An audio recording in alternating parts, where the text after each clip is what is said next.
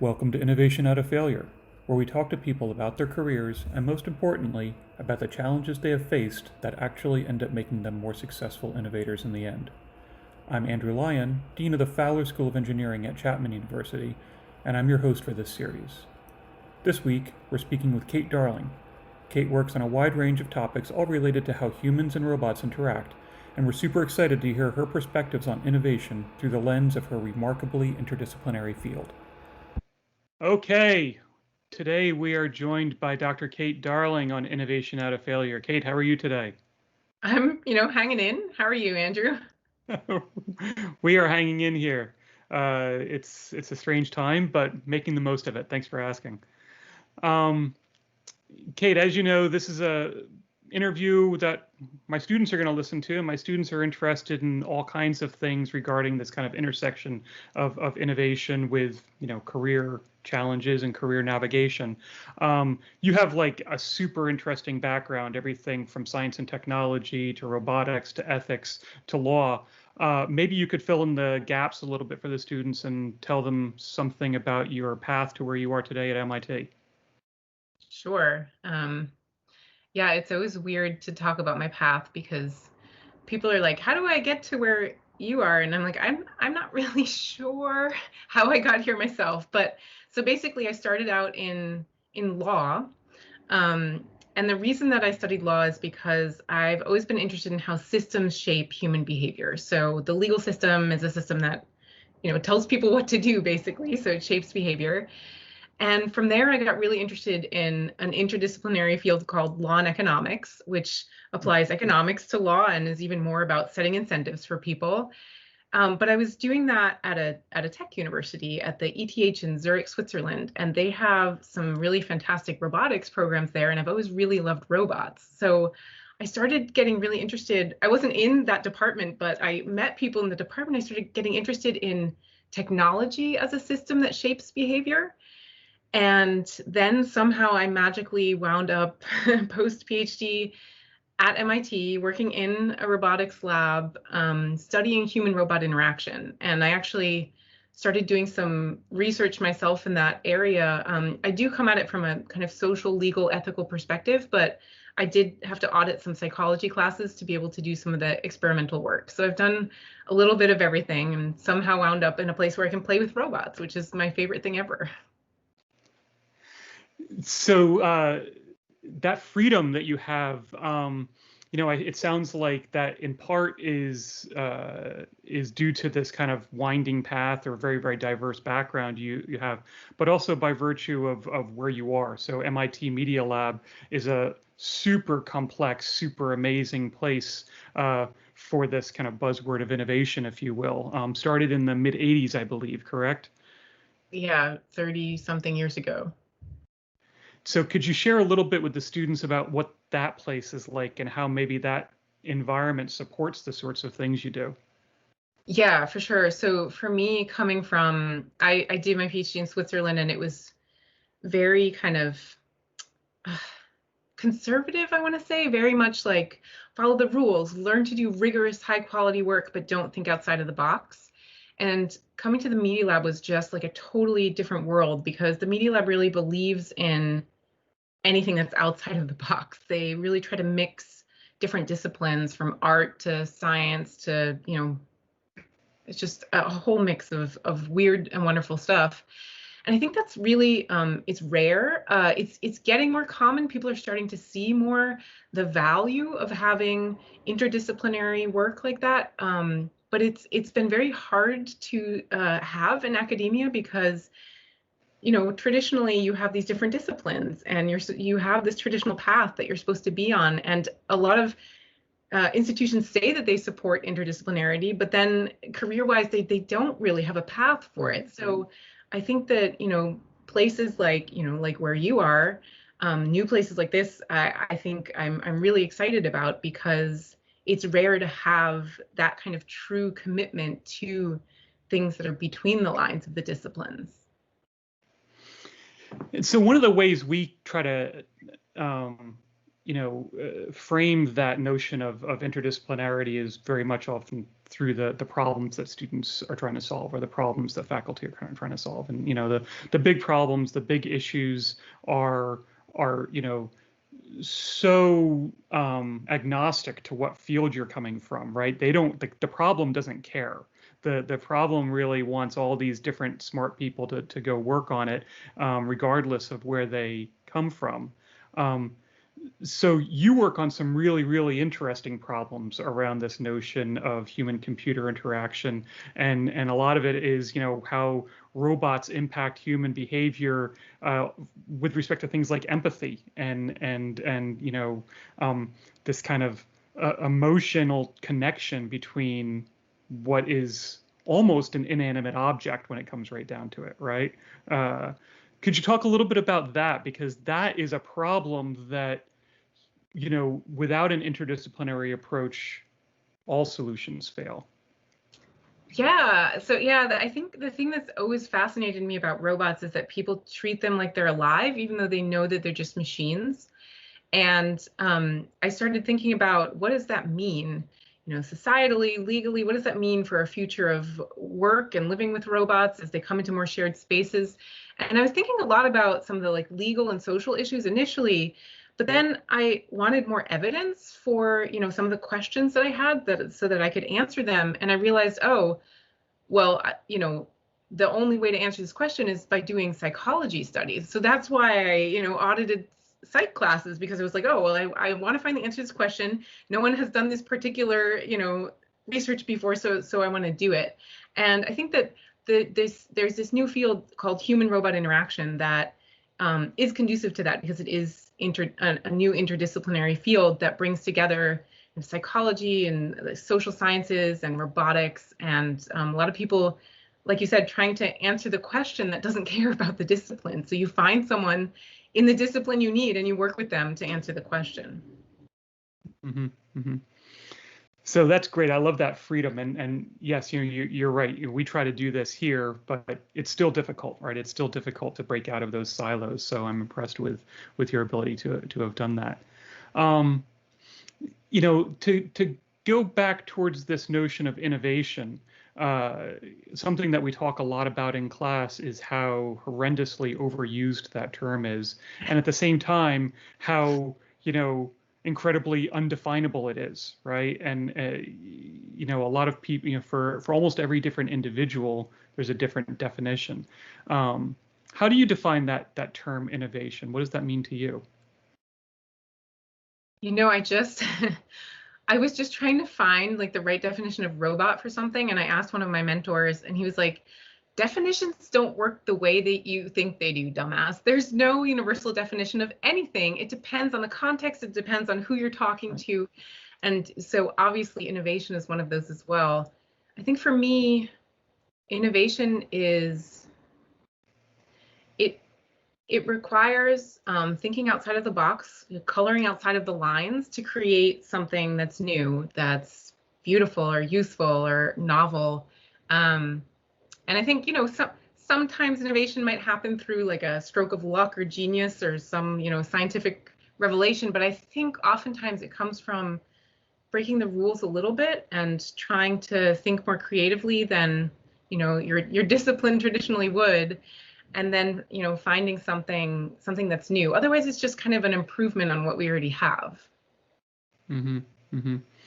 And how I've often heard from people, who approach problems from outside of the norm, that can be a really, really hugely empowering feeling, right? That when you're thinking about innovation, sometimes it's not about breaking the rules. Sometimes it's not even caring or knowing what the rules are, right? If you're coming from the outside. Have you experienced that yourself in your work?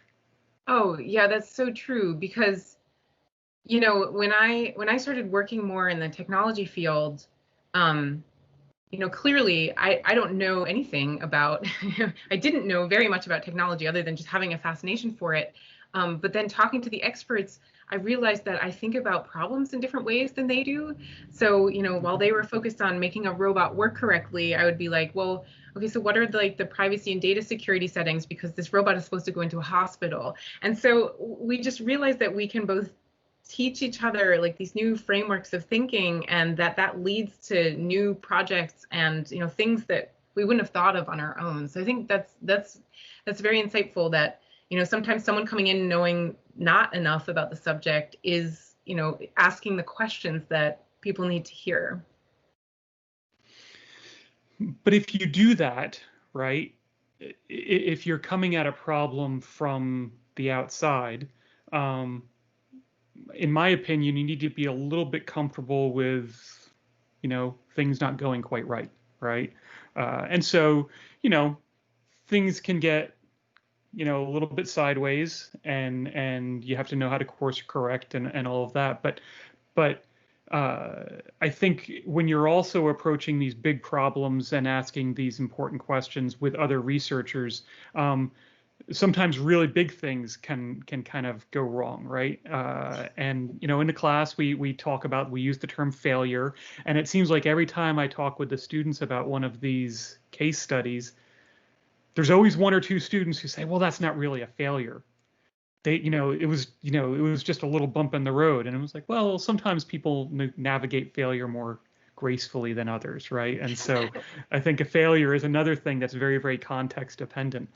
So with that all as a preamble, I mean, how do you look at the things the path that you've taken? And the way I like to frame it is, what is your most important failure, or what failure has allowed you to progress further than you might have imagined before that event?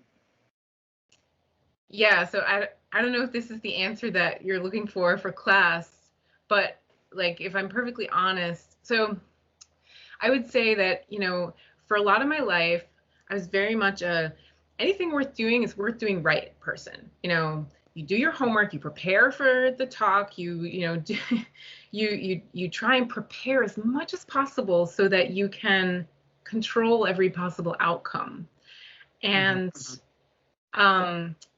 my biggest lesson about failure was when I became a mother, because you're pregnant and you go into the grocery store and people will tell you, oh, it's going to be, strangers will like approach you. They'll be like, oh, it's going to be so wonderful. It's going to be the hardest thing you ever do and the most wonderful thing you ever do.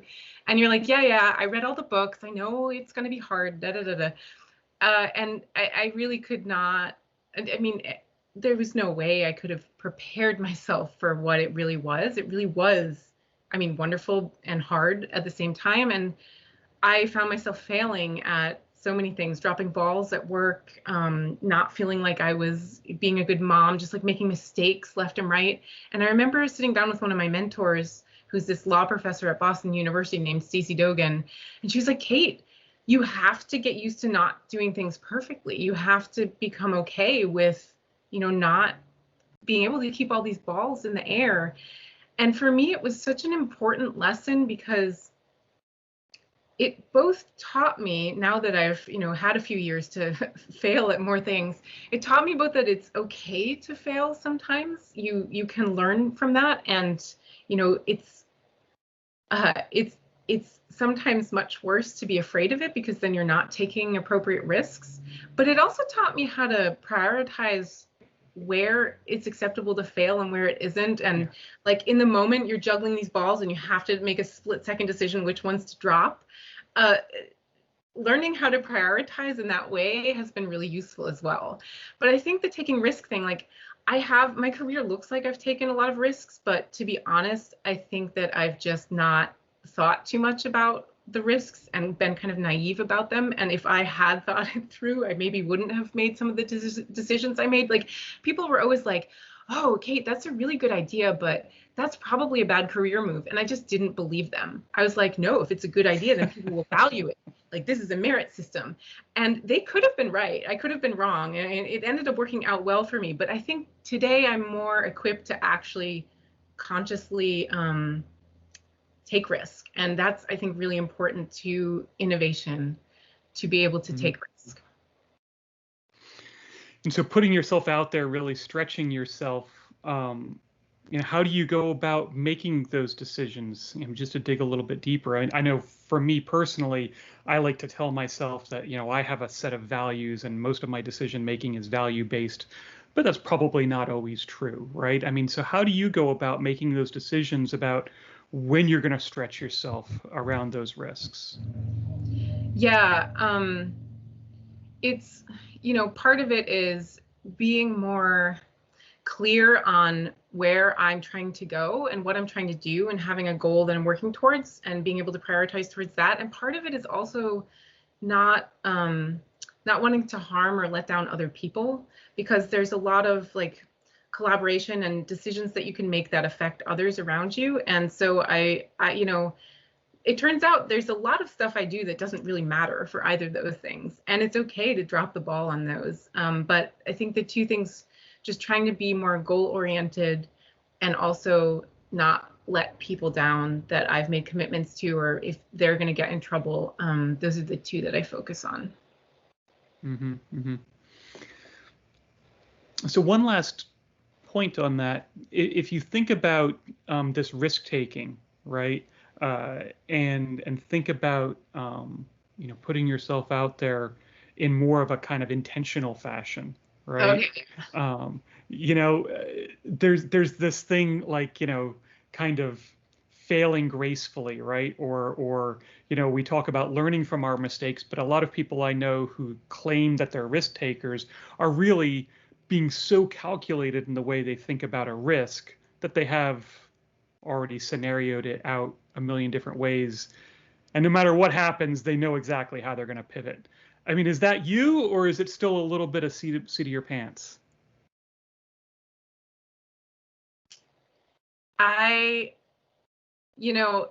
It's tough to switch from being a total control freak to, being by the seat of your pants. I would say I'm never going to be completely by the seat of my pants, but I hope that, I'm just prepared enough, but also prepared enough to let go, that I'm willing to do more. Like I recently applied for a job internally at MIT that that had opened up that, 2 years ago I never would have applied for because I didn't perfectly fit the description. And I think that there's also maybe something gendered about that. As my generation, your generation too, women or people who identify as female are often kind of encouraged to stay in their lane and not but we have this tendency to be like, oh no, I'm not an expert in that, so you should talk to someone else about that. And I've been finding that I need to really reprogram myself and take more risks and be like, no, you know what, I can do this. Because I see my husband, who's been, programmed by society to do the opposite and vastly, overestimate what he's capable of. I see him go out there, take all these risks, and be really successful, because it turns out he can do this stuff. He is really good at it. So that's kind of a vague answer. I wish I had a better example for you, but no, but I think that that's perfect, because for me, you really hit the nail on the head, right? There's these expectations that some people feel that really in some ways color how they approach risk taking, how they approach this, impending failure, right? And a lot of people look at risk taking as an opportunity to fail as opposed to an opportunity to succeed and do something different, right? And I also, full disclosure, I'm a little bit of a control freak, a little bit of a perfectionist, and so I get where you're coming from, right? It's this sense of, is that an opportunity for me to really do something wonderful, or is that an opportunity for me to, have to recover and pick myself up off the ground, right? But look at where you are. I think, not to make this all about you, but Andrew, you're in a position where you are taking risk, but you are like grasping at this amazing opportunity to, build this school into something amazing. So I think, that's exactly the type of person that I would want. Who's, who is, not just gonna be, you don't want someone who's like over arrogant about what they can do and not thinking things through. You want someone who's a little bit cautious and thinking things through, but you also want someone who's like, yeah, let's do this. all of my faculty hope that you're correct.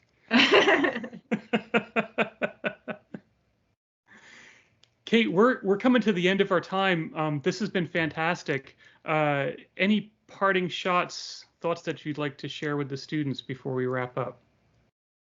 Yeah,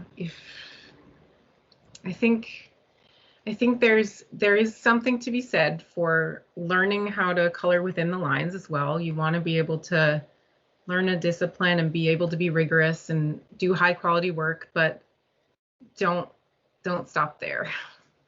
Yeah, no, I like that. Excellent. Well, thank you very much for your time. This has been fantastic. I really do appreciate it. And best of luck with your continued work. Thank you so much. Likewise. I want to thank Kate for taking the time to join us and share some stories, and thanks to you all for listening to Innovation Out of Failure.